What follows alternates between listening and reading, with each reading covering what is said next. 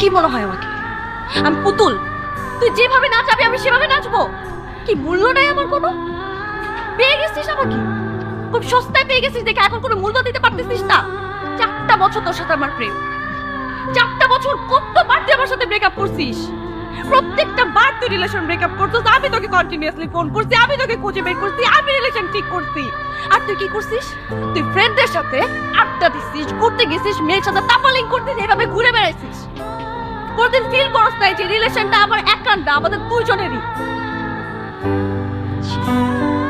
তুই জান করছিস না, এটা একবার ভাবিস। না না, তুই কেমনে ভাববি? তুই তো ভাবতে পারবি না, কারণ তোর লাইফে তো বন্ধু বান্ধব আছে, মেয়ে আছে, কত কিছু আছে। আমি তো তোর লাইফে এক্সিস্ট করি না। একটা সম্পর্কের মধ্যে সবথেকে বেশি ইম্পর্টেন্ট হচ্ছে ভালোবাসা, সম্মান, মূল্যবোধ, এবং যেটা তুই জানোস তা দিতে পারবিও।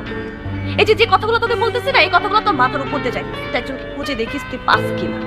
আমি তোকে চ্যালেঞ্জ করে বললাম, জীবনে পারবি না।